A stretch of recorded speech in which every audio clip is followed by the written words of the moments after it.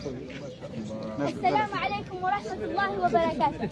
يشرفنا ويسعدنا جميعا باسم متوسطة ميدين أحمد أن نرحب بكم سيادة الوالي في هذا الحفل البهيج الذي نقيمه اليوم بمناسبة اليوم العلم تقليدا لذكرى العلامة الفذ رائد النهضة العلمية في بلادنا عبد الحميد بن باديس. إن حضوركم الكريم دليل على اهتمامكم بالعلم والتعليم وتشجيعكم المتواصل لنا نحن أبناء هذا الوطن، فلكم منا كل الشكر والتقدير. مرحبا بكم بيننا، ونتمنى أن يرقى حفلنا هذا إلى مستوى تطلعاتكم.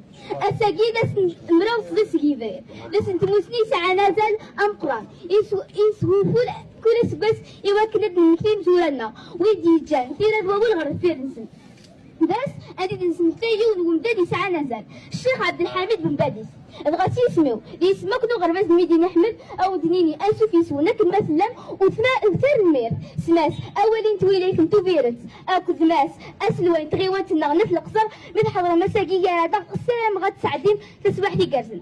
Good morning everyone. It's a great honor for us to stand before you today on this occasion to celebrate the Knowledge Day, April 16. On behalf of all the students, teachers and staff of Midini Ahmed Middle School, we would like to extend a warm and respectful welcome to our Honorable Wali of Bwera.